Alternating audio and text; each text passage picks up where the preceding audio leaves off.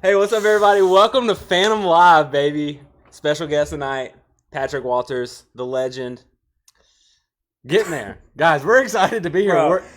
We're in Phantom tonight. Got my boy TJ. Hey, I don't know if we're gonna get anything accomplished today. Actually, we probably will. DJ's got his rubric out. That means things are we're gonna be well organized. So- Hey, I think we're gonna just have a good time. I think we're gonna so. crack some jokes. Absolutely. The way things started. I mean, TJ was trying to blow in my eye a second ago. He didn't get much accomplished. Dude, if we could have gone live a few minutes ago, y'all wouldn't know what was going on. We were like leaning into each other, like, are we, dude?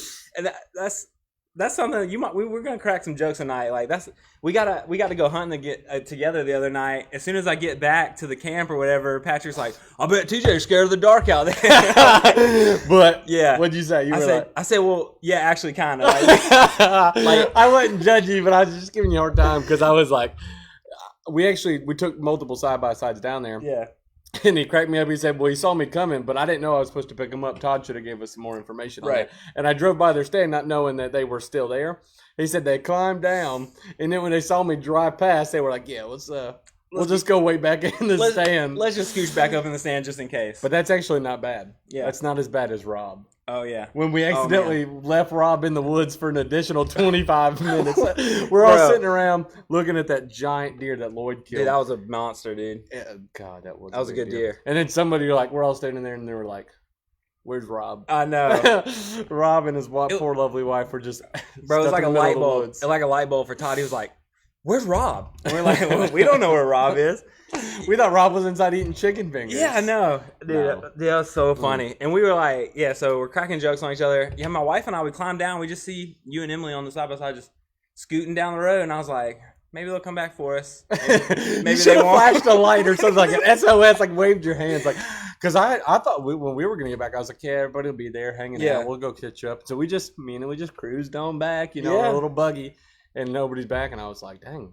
And that's when I called Todd. Todd's like, yeah, Lloyd's going to get him. Yeah, so then Lloyd comes back. He comes to get us. If y'all follow us on Instagram, that was the first thing on the list today is to follow us on our all socials, Facebook, Instagram, TikTok, YouTube. The post we posted on Monday was actually Lloyd and his deer. And he, Derek Blanchard, what's up, man? Good to see you, bud. Thanks for stopping by the shop recently too, buddy. So Lloyd comes back. He picks us up. He's like, did you guys have a good hunt? I was like, yeah, man, it was cool. We saw some does, and then we saw some run through the trees. We saw a hog run across the road. He gets real quiet, and I was like, oh, yeah. So I don't know Lloyd that well. I was like, what about you? He's like, oh, yeah, I had a good hunt. I'm kind of hype about it. And we get back. Kind of hype. And it's this giant that he laid out. It was 208 pounds. Bro, it was That's huge. A big South Carolina deer. Bro. Anywhere. So, and the kind of the storyline for this season is TJ's trying to get his first buck, and it's gonna happen, right? With the company that I Is that Phantom storyline or is that TJ's storyline? That's my storyline. Okay, I don't know if you guys care. But... Well, no, now we all care. Now we're actually involved. Exactly. The goal is now to get TJ his first buck. Whoever out there can put me on the first one. You know what I'm saying? But it's gonna happen. It's gonna happen. So Todd kills a deer early in the hunt, sends us all a picture. I'm like, man, Todd just got a monster. And then we see Lloyd's, and we're like, Todd killed a good one. He killed a good one. But it was a good one. Todd should have said Erica shot that buck. Oh, no. Nah. Erica's in the chat, by the way. So, hey, Erica. The boss. Steven, my wife, Ace. Good to see you guys. Welcome to the chat. Guys, also Matt makes fun of me for having notes, but I feel like... I think you got to have notes. Yeah. That way, because we may not ever get to them. Right. If you can extend it, hey, that's good. But you got to have something to keep on track. Because I'm okay with that. We're going to talk hunting. We're going to talk fishing. Yeah. I mean, that's what we're here for. We're here at Phantom just to. Yeah, I'm okay. I'm okay if we there. don't talk about anything on the list. I do have some cool questions, I think, but I bet you your skin would crawl if we didn't mention a single point in that list. Rip that maybe. Piece of paper up right now and Bro. see what you would do. No, Look at no, you. no, He found his no, skin. no, He's no. like, he's starting to sweat, y'all. Yeah. I don't know if you can see this. He's about to take that. Oh, he's trying to roll his sleeves up. Look at him. So, but when we don't have anything, there's like some dead time. I tell Matt, we got to find that good balance. I think me and Matt have found a good kind of chemistry together. I think so too. I Yeah. mean, like with the rubric, and then you got Matt because you don't know Yeah. what he's gonna rattle off. You don't. You really don't. Matt is a jack of all trades. Absolutely. He knows a bit a lot. Mm-hmm. He doesn't know a lot about a little. It's a little bit about a lot. Hey, Anna, he's a deer slayer. He is. Matt killed him a good one last night. He did. We haven't posted that yet. I don't know if Matt's cool about posting stuff. Usually he's kind of a quiet guy. about That's what I posting like on social about Matt. media. Real laid back. Yeah, but once you crack the shell, he's like He's really like a teddy good bear. I swear to gosh, Yeah. I've never seen another man. This sounds terrifying. That you just want to give a hug to. Oh man, he's a hugger around here. Too. He is. That's what Yeah. I'm saying. When you see Yeah. Matt, you're just like, when you get to know him, you're like, man, you just need to give Matt a hug. Bro, you don't shake Matt's hand. No, you'll try to, and And he'll don't be like, sneak up on his right side. no, because he can't hear you. Exactly. He'll scare him. But I don't know if he's really deaf in his right ear, or if he just uses that as an excuse not to answer me sometimes. Probably both. I could see both. Probably both.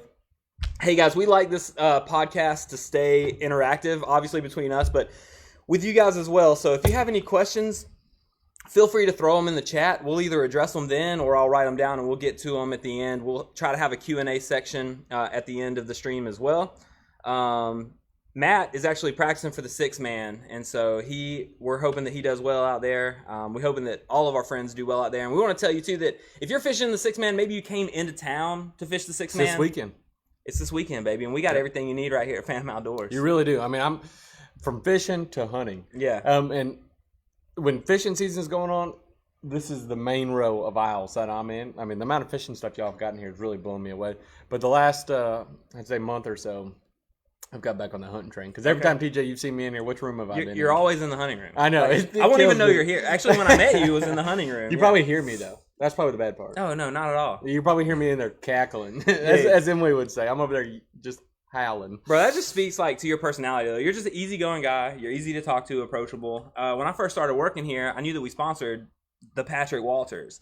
And I hadn't talked to you at this point, and Matt was like, have you talked to Patrick lately? I was like, I've never talked to Patrick. He's like, let's call him. Let's call him. I'm pretty sure Matt called me, and I said, yeah, tell TJ to give me a call. I said, just give my phone number. And I'm pretty sure you said in the background or something like, I didn't know I could call him. I said that. I was did, dying. yeah. I was like, I didn't know. Just tell him to call me. I didn't know. anytime. And so Matt was like, we'll see about giving you his number. And eventually, We'll see. Like, it's like you get a key to the back gate, you get a key to the front door, like you then get a key to the forklift, and eventually you get Patrick's phone number. That's right. He let me drive the tractor before he let me talk to Patrick. Yeah. Oh, But I'd say like that's one of the coolest things is like I've met a couple pros just in passing, like at the Classic and stuff. But he was like, Patrick's coming in today. Don't freak out. I was like, I'm not gonna freak out. Like I'm excited. But like I think that's the coolest thing. Even my wife commented on how just cool it is. You're just laid back, friendly, talk to everybody type of guy. I mean, I think it's just. I just fish for a living. That's all it is. It's just a normal. That's why all the people who fish in general, they're just normal individuals. Right. They do one thing for a living, and it's just fishing. I mean, I love to do it, and so everybody says if you find something you love to do, you'll never work a day in your life. And I feel like I haven't worked a day yet. Because I mean, just fishing that much is. You fish during fishing season and hunt during hunt season, and can't complain yet. It's been a blast. Man, and we love watching you. Actually, after that phone conversation, you said, guys, I think I'm going to do really well. I put you on my fantasy team, and it bumped me up a little bit. Did I bomb that No. tournament? Which tournament was that? It was the second to last one. So you finished. So it was a Wahi. Yeah. Okay. Yeah, and you crushed it, didn't you? I think I did top 10 in that one. My man. Yeah, I went 140 miles each day. So how long of a haul is that? It was 70 miles down to where I was going. So, I mean, it was probably like an hour and 20 minutes one way. Cool. But that wasn't even the furthest run I made this year. The furthest run I made this entire year was at Saginaw Bay in the MPFL tournament up there on Lake Huron. I actually ran 220 miles in one day. Son. Hey, I sat in the seat for 5 hours and 17 minutes. Holy cow. I only fished for, I think, 3 hours that day. It wasn't even 3 hours. It was like 2 hours and 45 minutes. So one thing we like to do when we have guests on is some get to know you questions. So on those morning hauls, what's the Patrick Walters playlist? What are you listening to? About half the time it's music, half the time it's not. Like if it's within an hour, I don't listen to anything. Okay. Just straight mental thoughts of like, I'm about to chew somebody's tail. Like you just got to get mad at them because it's like, listen, I'm about to go catch him. Yeah. I mean, just straight up, just something's about to die. Okay. And it's about to be them fish. Let's go. You just have to get serious. And you just have to pump yourself up. I don't really have a playlist. I listen to everything out there. I listen to a bunch of country music, old rock. I mean, it's hip hop still. I mean, rap. It doesn't matter. It's just. Put that baby in drive and let her eat. Brian Mitchell said, "What's up, Pat?" What's up, Brian? What's going on, man? And then Rob says, "Hi, TJ. What's up, Rob? Rob's my homie. I don't know. Do you know Rob Poston by chance? He's a homie of mine. Yeah. He's around a lot. So me and Rob are supposed to be doing some cool videos together soon. So hit me up, bud. Actually Thursday. I lost track of days. I was like, that's not tomorrow, is it? Okay. If my watch didn't tell me what day it was, I would lose track of time. I'm telling you. All right, second, get to know Patrick Walters. If you guys don't know, if you're tuning in, I know I posted this on my personal socials. If you're just popping up, hey Lauren, Lillian says hey. Hey Lillian, she actually came up and hugged me today, which is a big step. Sometimes she acts like she's scared of me. I got baby fever, man. So when they come up to me, you got baby fever? I got baby fever, bro. I want one so bad. Do you? Yeah. Go ahead. Wait, that's not where we're going tonight. Okay, I was about to say because I was trying to talk in when you do it too. I mean, we can change this whole conversation. Hey, this is actually about to get serious, you guys. Bro, we just want to talk. Me and TJ about to start crying. We're trying to have kids so they can be raised together, you know. Mainly because something's in my eye. But. So Patrick is fishes the Bassmaster Elite Series, Bassmaster Classic qualifier. You auto qualify for next season or? Yep. For next year? To qualify for the class, you got to finish like top 38 in points from this season. Okay. And we ended up top 5. We ended 5th in points this year, so we definitely qualified for the Classic, and we're definitely qualified for next year in Elite. So I think it's like just the bottom % get cut. Okay, we're good to go. Awesome. Keep it rolling. So I tell this story all the time. I took my wife to the Classic. She's hype about it. I thought she was gonna have a miserable time, and she's like, I just love watching them hold their fish up. They're so proud. That's the biggest thing. I mean, that's what Bassmaster is about and represents, is holding fish up. Yeah, that's what we're there to bring the 5 biggest fish in and put them on stage. I mean, listen, that's the one downfall of Lake Fork. I mean, amazing fishery, but when you catch 30-something pounds or 42 pounds like Lee did, I'm going to bring them suckers to the scale and hold them up. Absolutely. I mean, that's just what bass fishing's about. I mean, that's what represents the sport. But no, I love holding them up, especially on the Classic stage when there's 100,000 people there. Oh, absolutely, dude. It makes you emotional. I'm telling you, it gives you. Yeah, I'm sure. Raises the hair on the back of your neck. I mean, as a kid, was this something that you always wanted to do and be a part of, or? I think I realized I wanted to start fishing like that. I wanted to try to pursue about middle school. I started fishing tournaments. Actually, Bradford Beavers, a good buddy of mine, was who got fished my first tournament as a Fishers of Men Legacy tournament. Cool. And since that first tournament, I mean, it was like, this is America, you know, because I love doing. Yeah. I've always played football and baseball, but it was something that you could do competitive. There's a blast off. I mean, it's a freaking boat race. It's like NASCAR, everything. I mean, the little 2 strokes were smoking. I mean, it's an old, cool morning. It just makes you like, man, this is America. And it just, I knew when I fished that first tournament, I told Dad when I got home today, I said, Dad, we've got to get into bass fishing. And I don't know if it was uphill or downhill from there, but it's been constant. It seems to be uphill, man. You're killing it. Or just keep fishing. Awesome. This is the last get to know you question. Boat snacks. What's Patrick's go-to boat snacks? Man, it really varies. Sometimes I'll just have like a jar of peanuts. Okay. Sometimes like an old can of Vienna sausages. That's every now and then. Like when you keep that in the bottom of the boat when it's like the paper's worn off and you're like looking in the boat and you can't find any snacks left and you're like, oh, thank God that one can of Vienna. It's almost like halfway of a plug holding your boat together. It's just like the old school Vienna sausage and nabs. I mean, straight up peanut butter crackers. I'd have to say I eat some Cliff Bars, but a ham and turkey sandwich for lunch. Can't beat it. Some beef jerky. Okay. That's about it. Ham and turkey sandwich. It's got to be mixed, not ham or turkey, ham and turkey. Together. Yes. I like that. That's American. Like you say, this is America, bro. This is Roll Tide, bro. This just gets you fired up. Speaking of what you just said, are you an Alabama fan? No, I'm not. Okay. I mean, I like Alabama. They're a good football team. Sure. I mean, you can't hate them for winning, but no, I'm a South Carolina fan. Because you actually fished at the University of South Carolina. I did. I absolutely did. It's just I like the way Roll Tide comes off the tongue. It's just like saying hell yeah, but a safe way of saying it. It's friends and family appropriate. So I grew up on the Auburn side of town. My best friend grew up on the Alabama side of town. So every time we hang up the phone, he always says it to me like, and then he hangs up the phone. It irritates me. Well, it gets me fired up because one of my good buddies who fishes the Elite Series as well, that's my travel partner basically, is Justin Hamner. Okay. And he's a big Roll Tider. Okay. I mean, he's a big fan. Like he lives in Tuscaloosa. Right. Like you don't get much closer there. That's right. And he's out Roll Tide. That's just Roll Tide. Every time I tell him, I'm like, Roll Tide, man. So coming up, you fished your first tournament. It got you hooked. You got into fishing. You started progressing. Found your way onto the elites, my man. What advice do you have for like kids or people who might want to follow that dream? Well, the thing is, just to have a dream and just chase it. Just don't ever give up. I mean, find what you want to do, what you highly enjoy. It could be golf. Listen, if it is golf, pursue it because there's a lot of money in golf. Yeah. But you just find what you love and just enjoy it. If you enjoy it, that's the biggest thing that matters. Right. I mean, and just never give up. Don't let anybody tell you otherwise. I mean, I had a lot of people tell me that, like, oh yeah, you're not going to make a fishing. I mean, this isn't that. Like the percentages are always going to be against you, but there's always a percent that's on the right side. So be that percent. Absolutely. Be that individual. Just who cares what anybody says? That's the way I look at anything. I don't really listen to the talk or anything. It's just like, hey, I'm going to do what I'm going to do, and if it works out, it works out. Okay. If it doesn't, I mean, just like a diesel. You put that sucker in drive, and that thing will stop. It's gonna go, baby. Hey, we got a question from Ronnie Mueller who says, "What do you think about the elite? Ronnie. What do you think about the elite schedule? Man, it looks pretty good." I think next year's elite schedule. I mean, I don't know if you can see them hairs actually standing up. You there. hype?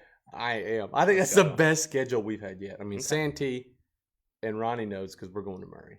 Listen, we have not. I haven't fished Murray in a tournament in probably 3 or 4 years. But that is one of my Murray and Santee are my two favorite. If anybody asks me in the country, like I've been to a lot of fishers. I mean, St. Lawrence, I hate the St. Lawrence River. I hate it. Lake Ontario, top 3 favorite fisheries in the world. Like they're connected, but I just hate that river. I don't know why, but like I like Lake Murray better in Ontario, just because I mean there's so many memories there. We won that national championship on Lake Murray, same time of year. Of that next elite year next year. Yeah. So you feel like you got an edge going in. I don't know if I'm gonna have an edge. I mean, it's fishing. Yeah. Things change. There's only 2 things consistent in fishing and in life ever. Things are gonna change and things are gonna break. Okay. That's 2 things that you can always be prepared for. Nice. And in fishing, that's my motto. I mean, things are gonna change. I don't look at the past. It's just you look at the next day, but next year's schedule, I'm excited for. I mean, we have Sabine on there. That's going to be like our one tough tournament, but I love river fishing and tidal fishing, so I'm looking forward to that. Champlain, St. Clair, and St. Lawrence, 3 amazing smallmouth fisheries. I mean, listen, I don't know if you've ever tasted brown sugar, but once you get a taste, you cannot stop. Once you get good at catching them, I'm telling you, next year's schedule is it's going to be a good one. I got to write down brown sugar so Dude, I can use that sometime. I do love chasing me some brown sugar now. So that's actually one of your quotes on, I can't remember if it was the Bass or the NPFL website that said your favorite fishery. You say Santee Cooper, ...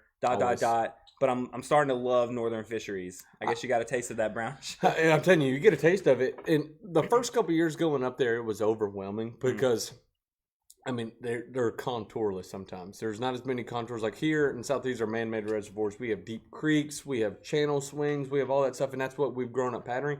And you go up there and it's a sand bowl. Yeah. I mean, it's like no depth change. So it takes a while to find the fish. And I'd go up there and I'd find a school of like 2 and 3 pounders, and there'd be 150 of them. Dang.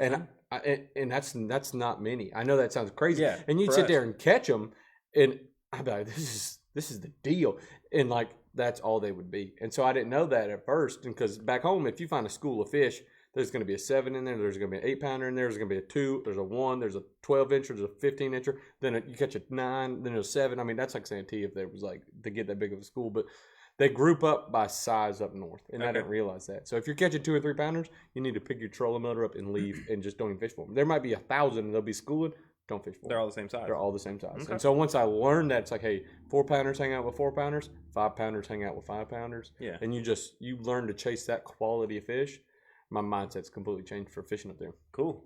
That's what I like. And so I've learned to kind of chase the better fish. And I think that might be a cool little nugget for people watching that might not have ever thought about that before. Yeah, trust me, growing up in the South, I did not. Because, I mean, you'd pull up on a point down here, and you'd catch 20 fish, and you probably have 20-plus pounds. And your first one might have been a non-keeper. I mean, that's just how southern fisheries are. It's just a mixed convolvulation of fish of varying size. Anthony Lyles, a friend of mine, says, how do you feel about the new qualifications for getting into the elites? Can you talk to that? Speak to that? You know, they're completely different. I mean, they've changed so many times. I'm ready for Bass to kind of get some kind of stabilization where they stop changing it every 3 years. They need to get somewhere where it kind of is locked in stone, like, hey, this is what it's going to be for the next 10 years. Yeah. You know, that way you have to relearn it almost every couple of years. And I don't really know how I feel about it right now because I hadn't put too much thought into it because I'm not trying to qualify.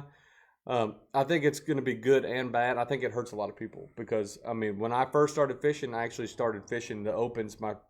I was a senior in college, and I only had time to fish 3 tournaments. Right. So, I mean, I didn't have the luxury to fish multiple tours, and even when I graduated, I only fished 2 divisions. So I still was never being able to fish all 3. Right. So it's hit or miss. I mean, I feel like bass has their reason, and it's hopefully they have justification. I mean, so I think it's good and bad, depending on how you look at it. I watched Kyle Welcher's video on it, and Kyle's actually from my hometown, or the next town over from where I grew up. I grew up in Valley, Alabama. His profile says, I think his profile says Beulah or Opelika, but it's the next town over. He was saying that it kind of made sense because now you're the anglers that are going to qualify through the opens now are going to be like more well-rounded because you're going to have to produce over. True. I do agree with that. They're definitely going to be well-rounded. And so if I was fishing right now, I think I'd have a good chance of making it because I base my career off being consistent. Consistency pays the bills. And that's what I need to do. I mean, I fish for a living. That's how I make my living. So I try to be consistent in every tournament. So I feel like I would have a good chance of making it if I was trying to fish again.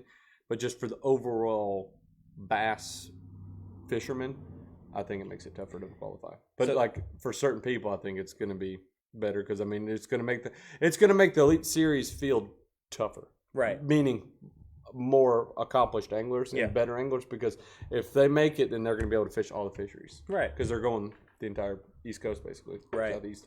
So hypothetically, if disaster happens and you didn't requalify for the elites, this is the path that you would have to take to requalify? Absolutely. Yeah. If I got cut from the elites, this is the route I would have to go. Okay. Yeah, that'll never happen. You never know. So, crazy things happen. And this is what I love about having like a flowing conversation. Is we get off track, we can come back and try to pick up where we left off. And it might not sound like it doesn't sound like an interview, right? We never want it to sound like super stoic or anything. And just to piggyback off of Anthony's question, if you guys do have questions for me or Patrick, obviously post them in the comments. We'll answer them as we can. So one thing that I put in my notes is like from the time I met you to now, like just easy, super chill, easy to get along with. And you said, that's, we just fish for a living. So what, do you find that to be true about the other pros too? Like, do you have like a friend group that you travel with? You had mentioned one friend earlier, but is there like cliques or is everybody pretty cool with each other? There is some cliques and kind of like both tours, especially the elites. There's a bunch of guys that kind of travel together. Mm-hmm. During the elites, I travel with Hamner mostly. I mean, we'll stay. I camp is how I always carry my truck camper usually. Okay. And it's just easier. But Hamner, he'll stay in the tent or he'll stay in the camper with me, or we'll rent a house together. Sometimes there's a bunch of us that I'm friends with, like Shane LaHue and Cobb and all them, and I'm good buddies with Drew Cook. And so we always kind of talk, but Hamner's like the main one I kind of travel with on the elites. And then also fishing the EMPFL, which is the National Professional Fishing League this year. I've been traveling with Justin Kimmel. He used to work at the Bass University, and Trent Palmer, who owns Sonar Pros. Two great, good guys. And I'll stay at a house with them, and we just kind of just cut up and just enjoy fishing. Cool. Are there any, like, and I don't want you to, like, put anybody on blast, but do you have any, like, rivalries with anyone? I've had a couple. Oh, yeah? There's a couple. There's some that it's like, if I see that dude in that parking lot, like, heck, we'd be knocking rocks. But then a couple of them, like, we've actually, one of them are really good friends now. Okay. I swear to you. So it's like, it's funny how that works. And I think it's because we're all like-minded people. It's like sometimes you and your best friend, you're going to butt heads. Right. Because you just think so similar. And so it's the same way in fishing. But yeah, there's always a rivalry. I mean, it's just what makes the sports good, So what I had actually typed out for that question was like examples of like, Brandon Polinick and Carl Jochimson, they travel together. You've got Wheeler and DC and Mark Daniel Jr. in the MLF that always travel together. But the segue was, speaking of like Polinick, he's got in my opinion, one of the best YouTube channels and vlog systems out there. Have you ever thought about getting into that or multiple times? Yeah. What's the thoughts behind that? I've thought about doing it a bunch before, but it's just like, man, I'd rather, I don't know. I've thought about doing the YouTube too, and I need to start. I used to love social media, and I used to love Instagram and Facebook, but something's just changed. I don't know. It kind of started to feel like more of like a job. Yeah. Where like it wasn't as enjoyable as it used to be. And I was telling some buddies the other night, it's like, man, I'd rather have some really good friends than a bunch of followers sometimes. But it's like you got to have both, like. Yeah. And so they both are the same. Technically, it's I thought about doing the YouTube. It's just I hadn't made that step forward, but it's like if you don't start at one point, you'll never get to there. Yeah. You'll look back in 5 years like, man, I'm glad I started then, and I just hadn't done it yet. I mean, I hired a buddy of mine, Samuel Moore. We did a classic video. I don't know if you've seen it on my YouTube. I haven't yet. It's on your channel? Yeah, it's on my channel. I should have watched that today. I'm sorry. My 4 videos. I should have watched that today. No, but that was from my first classic. I wanted to make sure I documented it, and that was in 2019. And I need to probably do some more stuff like that just because, I mean, you got to remember the moment. Right. But I don't like looking back until I'm about dead or retired. So for sure. I only want to look to the next one. For sure. Now, how do you think, and you might not have a big opinion on this, just have TJ do your YouTube for you. And then Matthew Taylor said, hey, Mr. Patrick, my mom still wants her shirt. Dang, send me an address. I had to get it to her. Skeeter, I'm down to make a video with you too, man. You just let me know, Bo. So... do you watch a lot of content? Like, do you watch a lot of YouTube videos? Maybe prepping for a tournament? Yeah, for prepping for tournaments, I do watch. I do a lot of research. I mean, I do a lot of map study. I watch a lot of YouTube. I mean, just because.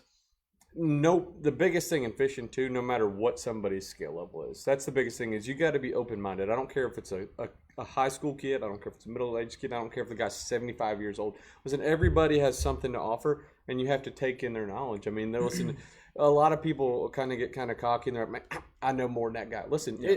You might have more fishing knowledge than that small kid, but listen, he looks at things in a different eye. Right. I mean, it's perspective. He might teach you something.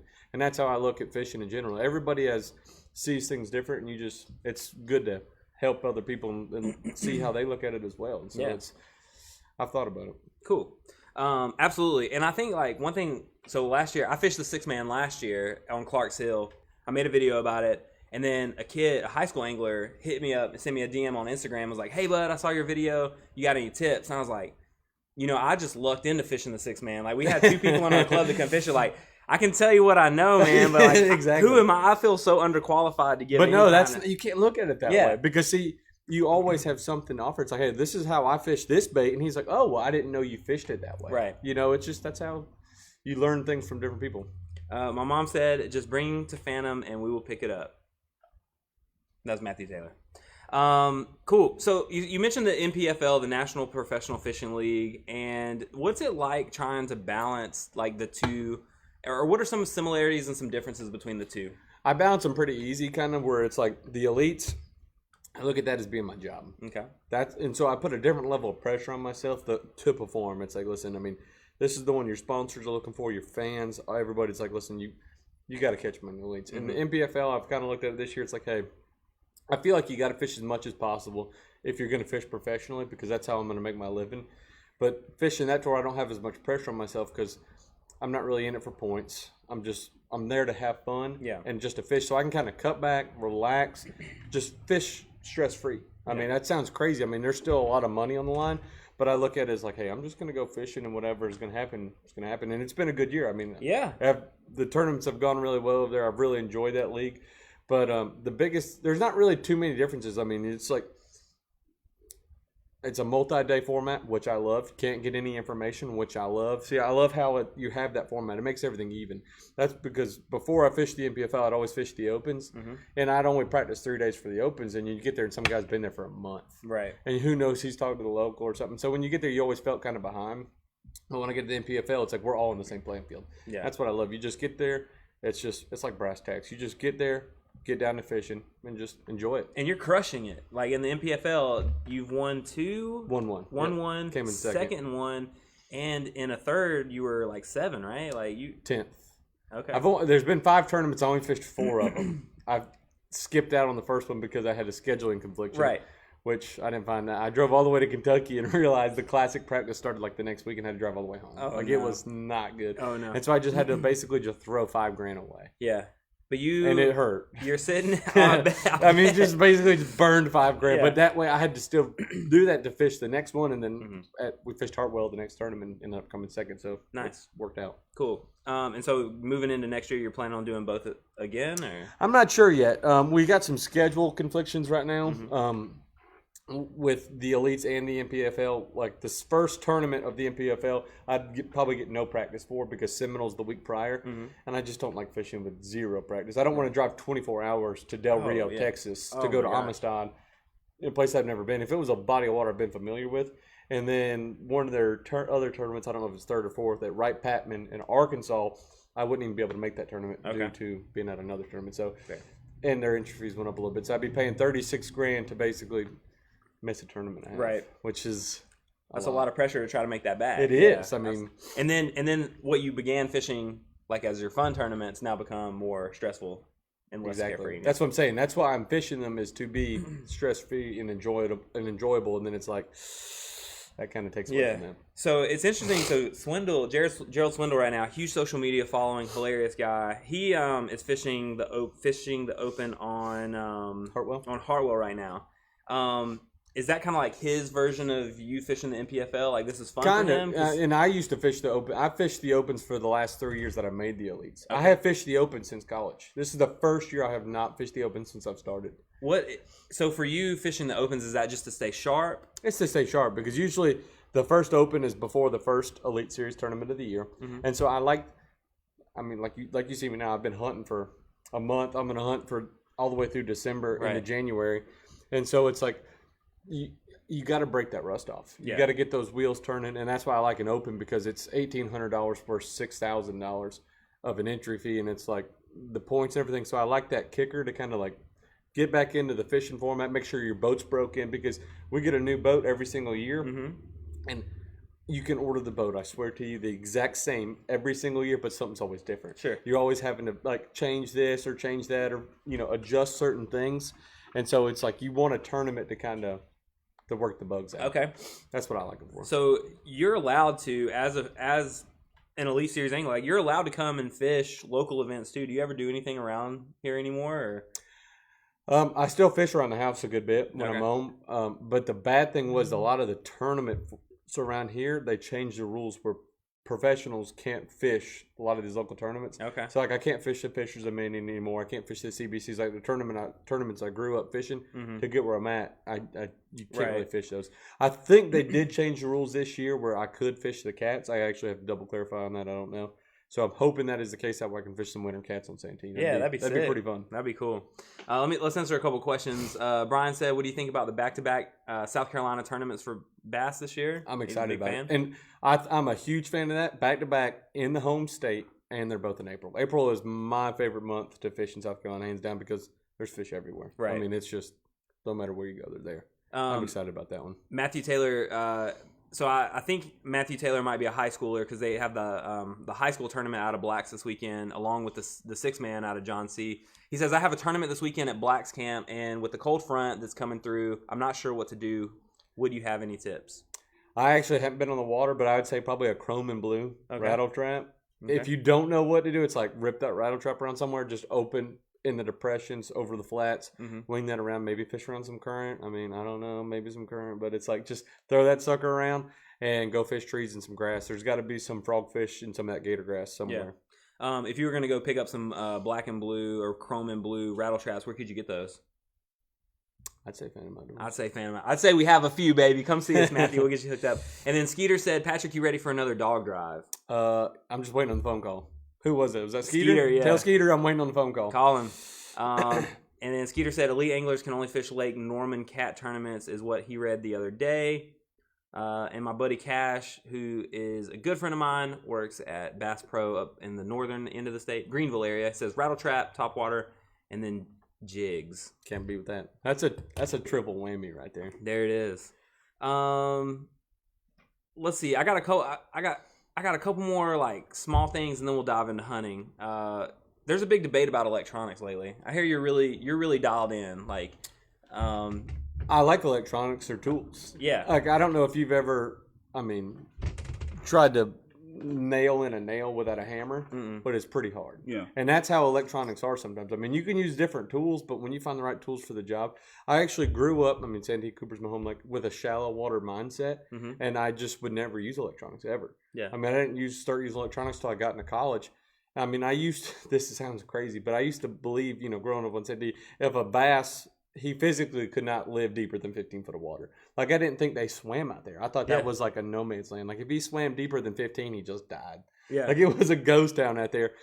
And then just growing up fishing, I like shallow water fishing because it's like you throw that spinnerbait by that stump. And I can twitch it and I see exactly what the bait does. And I'm watching my target. I see the stump. I see my bait and everything. And then with electronics, it allows me to find cover like that I can't see. And then like with forward facing sonar and stuff, I can throw my spinnerbait by that stump that in 20 foot of water, and I can watch my spinnerbait do the exact same thing, and I can see that stump. I'm never breaking eye contact. I just felt like you weren't efficient back in the day without electronics. Like you throw by a brush pile and you're like, I have no idea where that brush pile's at. Like it might be there and you throw in there 7 casts and then you finally touch one twig and then you throw back in there and you miss it. And I didn't like that. I want to pull up. I don't want to waste any time. I want to see it. I want to throw in their first cast. Yeah. And I know if he's in there or not. So it's just, I like being efficient. That's why I love shallow water fishing. And that's why I just kind of took that shallow water mindset with electronics as well and moved it out deeper. Cool. Cash said, or Ace said, Hog Slayer. Cash said, TJ, when are you co-angler in Open? I don't know. It makes me nervous. Like, why? Don't be nervous. Really? Like, why would you be nervous? Like showing up, I meet this stranger, bro. I don't know what I'm. Listen, there's one thing I can tell you about anything in life. If you act like you know what you're doing, everybody at least believes you. Okay. Because that's what life's about. Is you just act like you know what you're doing from now on, and they'll be like, "Damn, he knows what he's doing." He's just let him do his thing. Okay. You just have enough confidence. Nobody questions. Yeah. Which sounds terribly bad advice, but I'm telling you, just go up there and just go fishing. Just have fun, and you can't be nervous about it if you just enjoy it. Yeah. I mean, we're all there to do the same thing. True. Hopefully, you'll draw me. That'd be so sick. We'll go there and lean on something, but you just gotta have fun, bro. Imagine the video of me and Patrick like fishing and Open together, just goofing off the holes. I'll make sure I meet you after sunrise and not in the dark. Oh. I'm gonna have my head flashlight on, making sure I don't get the Blair Witch. Don't get me, bro. Maybe that's something I should do. Matt said, "What's up? Hey boys, don't be nervous." And I say that, I feel like I say this all the time. Like being around the people that I'm around, like the guys in my bass club, Matt Murphy, Todd Smith, now Patrick. It's like I have so many resources now. Like I'm building confidence. Absolutely. Like that's all it is. It's so cool. Yeah. I think that's why I say it's better to have friends. Yeah, absolutely.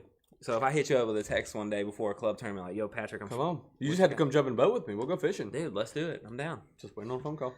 Let me look at my club rules and see. I just show up. Hey, I have a guest. I'm gonna fish with him. With Rick Walter. We'll just show up. Be like, I got this is my Marshall today, or my co-angler. Put a fake mustache over your real mustache. My mom said, "Fake it till you make it." TJ, absolutely. My boy Kyle Austin, Pat will backboat you all day. I do like that trolling motor. Oh man, I've been following. So I met Kyle a few weeks ago. I've been following his journey a little bit too. Went out there and did really well in an Open a few weeks ago. Yeah, he did. He had a dang good tournament. We're cheering for you, Kyle. Oh, Chesapeake. Matt said after he's practice, at Hartwell right now. Matt said after practice, I'm not confident. I'm confused. That's Santee. Yeah, he's been practicing. Santee's like that crazy ex-girlfriend. You know, back in the day, like, hey, there was times of good and times of bad, and it's usually you don't know what you're gonna get. Yeah, that is Santee Cooper. How do you keep a good mental game out on the? This was actually a question from Rob. How do you keep a good, strong mental game, or do you ever spin out on the water? You can spin out, but it's like I know that and this sounds weird, and it's fishy, but I know I'm gonna catch them. Mm-hmm. I don't know how I'm gonna catch them. I don't know when I'm gonna catch them, and I don't know where.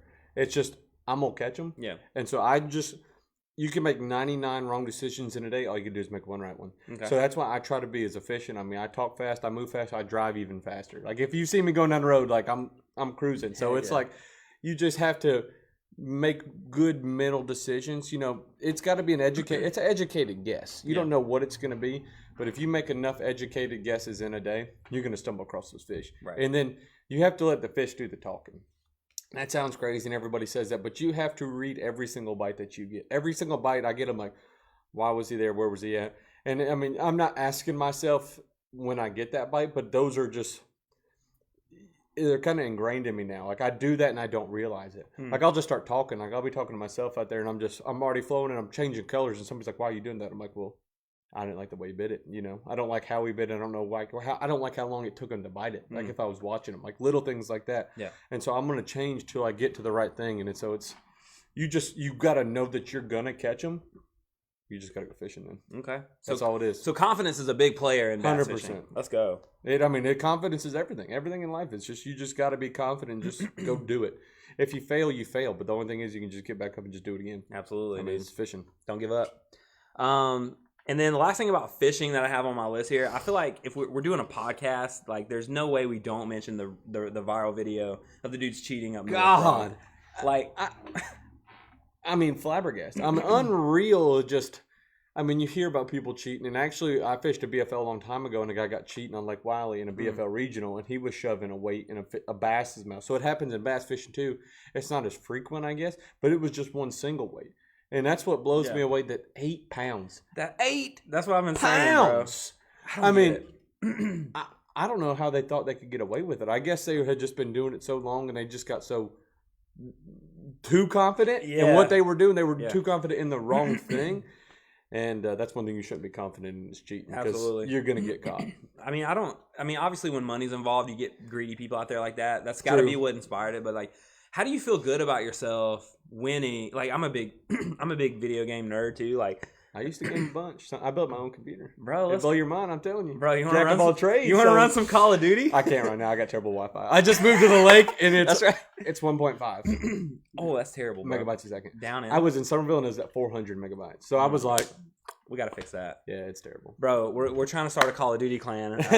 But no, yeah, I've backed off. But yeah, like. But no, it's. People that cheat and stuff like that, it's like, what, You're doing it for the wrong reasons. Exactly. Because I fished, I mean, it's the integrity of the sport. It's bass fishing. I mean, you're there.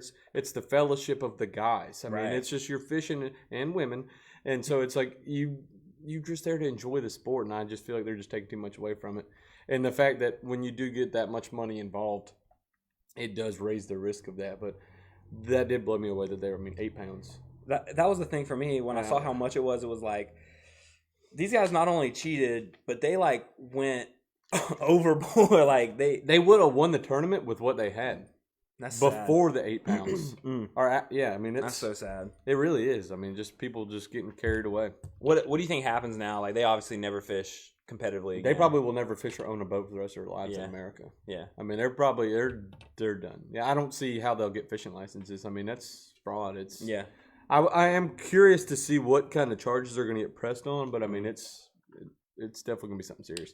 I don't see how they could get a hunting or fishing license, especially in Ohio. Yeah, it's actually Skeeter said. Bad thing is they would have won without cheating. Exactly. Man, that's terrible. Let's talk about hunting for a bit. You want to talk about hunting? Heck yeah. I know you've been. You kind of got me fired back up on the train of fishing. Bro, see, I'm telling you, I get serious tunnel vision. Yeah. And when it's hunting. And when I get back fishing, it's fishing time. But no, I have not.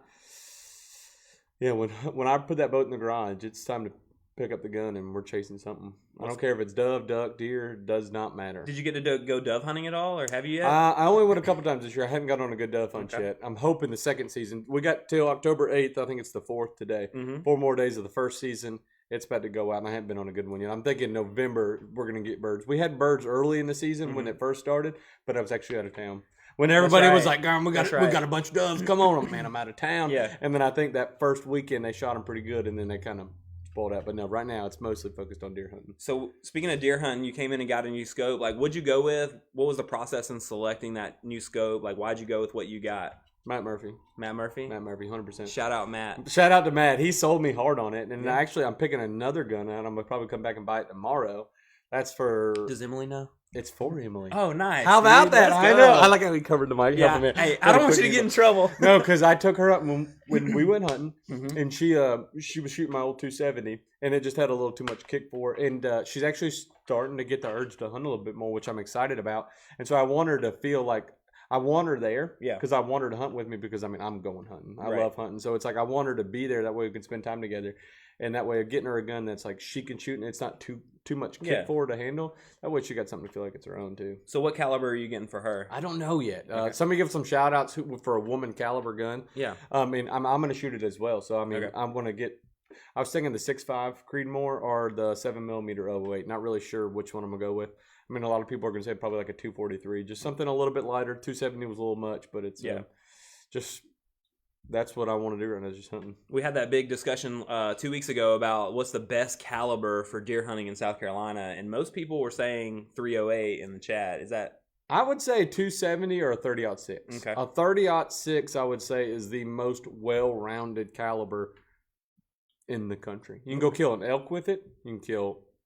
I mean, you could kill a groundhog, deer, pigs. It's killed more deer than probably any other gun. I'd say the only other gun that's probably killed more deer than a 30-06 is a 30-30, mainly because for 100 years, that's all they shot was a 30-30. Right. So I think it probably racked up a good bit of deer, but I mean, I'm shooting my 270, and I actually just got a 300 Win Mag, and I'm shooting out a little bit, but you got to put headphones in to shoot that thing. Yeah, it'll blow your eardrums out. Man, I was deaf for like a week, 2 weeks ago. You're trying to Matt Murphy. I was. It was in my right ear. I shot a doe with it, and I was like, I mean, it blew my drum out. So. Skeeter said 243 would be good. That's what I was thinking. So you have killed a doe so far this season. No bucks yet. No bucks. Have you seen any? Or? I've seen some bucks. I'm just kind of waiting on a good trophy this year. Okay. I mean, I've passed up a couple small 8 points. When I bring Emily with me, we only see does because I'm trying to get Emily on her first deer, but Emily won't shoot a doe. Yeah, I've seen a bunch of does. I've got some meat in the freezer from last year. I'm kind of dwindling that down, and then I'm going to start piling them does. Okay. Up, so. And that's what I told Amber is I want to kill my first buck this year. Like that's what I'm waiting for. And then if it gets like later in the season and we don't have anything, I'll shoot a doe for the meat. But you got to shoot a doe. Trust me. Oh, got to take one for the team. They got to go down just as much as the bucks. Trust me. Ronnie Mueller says 308 with the Remington managed recoil is a good caliber for the wife. Okay, good. That's what I'm kind of. Buddy was kind of talking me into the 308 as well because I have a 308 in the AR format. Yeah. And then I was thinking about, hey, I mean, keep same calibers. That way you don't have too much different ammunition. Yeah. So what are your goals this year? How many deer are you trying to get? Are you hunting like right now? Just looking for that trophy. Just looking for a trophy right now. I'm looking for a wall hanger right now, and I mean, I might not get that this season. I might not get that for 5 years. Yeah. And so I mean, that's just being realistic and being hunting. But I mean, I'm gonna shoot a couple does this year. Just get the freezer full of meat. Right. I'm not really gonna shoot a buck this year unless it's probably a good trophy. Okay. And for Emily though, you just any buck that she sees. Well, I wondered if she wants to shoot a good buck too, but an 8 point and something good because she wants to mount it. She wants to do like just an antler mount. Yeah. She doesn't like the full head mount. I mean, just the shoulder mount. I mean, I do. I want the whole mount. She wants to do almost like a European or just the antler mount. So, and she's talking about she will not let me put a deer mount inside the house. She will only let me have my fish mounts in my office. But she said she can hang her antler mount in the house. And I'm like, that's not even That's fair. not how it works. So, I mean, I was like, if it's going to be in the house, then it's got to be somewhat decent. It's cool. Like, same kind of thing with my wife. Like, I bring her with me. I'm like, I want you to be there when I kill my first one. You know, it's a big moment. Yeah. And after we went hunting out with Todd for the first time, she was like, maybe I want to get my license and get into it. I was like, let's go. That's what I'm saying. You can enjoy it. It's something you can do together. I mean, I think that's what a lot of people don't realize is there's not enough women in hunting. I mean, right. It's the same way in fishing. I mean, the more the merrier. I mean, it's better for the sport. Do you think we'll ever see a woman on the Elite Series? I think so eventually. And honestly, women terrify me in fishing. Really? Because they have more patience than any man I've ever made. They're going to be there's a lot of good female anglers out there right now. Yeah. And one of them will eventually make it there. And I think they're going to be a lot better than people expect. That's going to be cool. I think it will be too. Because, I mean, they just have that slow, patient, steady hand. We're out there running around like cowboys. You know, I mean, just shooting anything that moves. And they're just dragging that old thing up. So how long are you going to hunt before you get back in the fishing side? Like how far out from the Elite Trail? I'll probably hunt all the way through to the end of December. Okay. About January. I'm going to start fishing more in December as well. December is actually probably my favorite month to fish in the state of South Carolina. Okay. Because nobody's fishing. It's cold. The fish set up. There's some really good bites going, especially on Santee. The crankbait bite and the jig bite gets really good. That's just how I like catching them. And so probably I'll start fishing a little bit more in December, and then January I'll start fishing hard again, and I'll kind of be done with hunting. Okay. I'll have a little bit of duck hunting still left in me. Yeah. But then I'll be mostly fishing because we'll kick off the season in February. How big into duck hunting are you? About the same as deer hunting. Okay, so it fires you up. Yeah, it gets me going. Blood's pumping. I want to kill my first buck. I want to get my first duck, and then hopefully a turkey this year too. Like turkey hunting is so fascinating to me. It is. I think we can do all those this year. I mean, trust me, you're with the best group of guys you can be with. Yeah. Because somebody's gonna like Todd's gonna put you on a buck this year. I promise you. You've been with him one time, and it's like you're gonna kill a buck. Yeah, I think so. It's almost guaranteed. I mean, I'm confident that it's gonna happen. I'm confident for you. Yeah. Unless you miss. I mean, I don't know how good of a shot you are. I don't either, bro. Like, I mean, I've shot guns, but like, whose gun are you hunting with? I go back and forth. I've used Todd's 7mm 08, and I've used my father-in-law's 308. Okay. Have you shot either of them? I've shot my father-in-law's. Did you hit the target? Yeah, like it was fine. Okay, good. Then that's the gun. Listen, I would never hunt with a gun unless you've shot it before. Okay. That way you know you're used to it. You know what the feel is. Yeah. You know kind of... You got to make sure it's sighted in. I mean, because a lot of times the gun sits in a safe for 2 years. It might have got banged around or something. You don't know. It's good to shoot it beforehand. Get familiar with the gun. That way it doesn't surprise you. You don't want any surprises. I've shot it before and everything was fine, but it's been a while. So, Gary, I'm going to bring your gun in here to Phantom Outdoors and get it bore sighted. Another service that we offer, by the way. And then take it and shoot it on a site. Yeah. You go outside and range it at 50 yards and then 100 yards and just shoot a couple times. I'm trying Put it on paper. I'm trying to make Matt proud with the little Phantom plugs here. Cool. Hey, we're actually running out of time, and I don't want to keep you, but if you guys have any questions, definitely throw them in the chat real quick for a short Q&A section. Patrick, you're around a lot. I mean, you're in here. I mean, stop by. You might. You know what's crazy? Me and Emily just moved to Utahville, which that's where Emily's from. She's a lot closer to Mom, which she loves. But we just lived in Somerville. I've lived in Somerville my entire life, basically. And I was probably 10, 12 miles away. I was closer to the store then, but I had to come across town. I had to fight all that traffic. And now I'm in Utahville, which is like 35-minute drive, and I come to the store more now than I did then because it's a 2-lane road, no traffic whatsoever. It's actually a much more enjoyable ride coming in. Cool. I don't have anything else. I was just going to mention, like, we got some new cool stuff from Phantom. These hats, we're calling the Campfire Series. We got an orange. We got a kind of a rustic, kind of maroon color. These guys are going to drop on Friday. I wore one, kind of perks of the job, early access. You look like a war eagle, don't you? That's why we went with orange. So we do have these new hats dropping on Friday. And then the shirts that we've been talking about for months now, me and Matt. Are you wearing it right now? Let's go! You like that? What are the odds? I saw it the other day and I was like, that's actually a legit shirt. What are the odds of me wearing that? They're finally here, guys. We got the hunting P on the front and we got the woodland scene on the back. Yeah, the deer on the back. We got the deer down there, baby. So we're trying to get some. It says Phantom Hunting. Trying to get something out there for all you guys. And this shirt is on it's that material that's like your favorite shirt. It's like you've washed it 100 times. It's comfy. Yeah. This is a good shirt. These are called the Woodland Series. They're on our website. You can get them right now, or you can come in and see us. I was going to ask you this. Is it weird coming in and seeing the cutout of yourself? You get used to it. It's like walking past a mirror. You're just like, I'll say that's one thing is I've seen the cutout since I was shopping here way before I worked here. When I met you for the first time, I was like, man, he's a lot taller than the cutout. Is the cutout shorter? I think it is. The cutout's pretty short. We'll have to put it on some boosters. That's right. Cool. Nobody's typing anything in chat. You got anything else you want to talk about? I think we hit it. Awesome. Well, stay tuned. We'll have to do another one. Yeah, absolutely. Because everybody keep your questions. I mean, we'll have to get another topic for next time, and hopefully we'll be showing off $2. My father-in-law just followed us on Facebook, so he just heard me saying, "Hey, I'm getting your gun bore sighted," and I have our corn in the back of my truck. But absolutely, we'll get Patrick on. Don't forget, you can continue the conversation on all of our social medias. You can type questions in there. I can relay them to Patrick, or we can just build up some questions for the next time we have him on. But dude, thank you so much for joining us tonight. No problem. I had a blast. Always. I enjoy it. That's what we're here for. Sweaty, man. My bad. Oh, it's all good. It's because it happens. It's so hot. You were thinking about the dark. It is dark outside. I got to walk to my truck, bro. I'll walk you out there, TJ. hey, that's why I keep the Glock on me, bro. Just in case. But hey, thank you guys so much for joining us tonight. We hope you guys enjoyed the stream, and we'll see you guys on the next one. Thank y'all.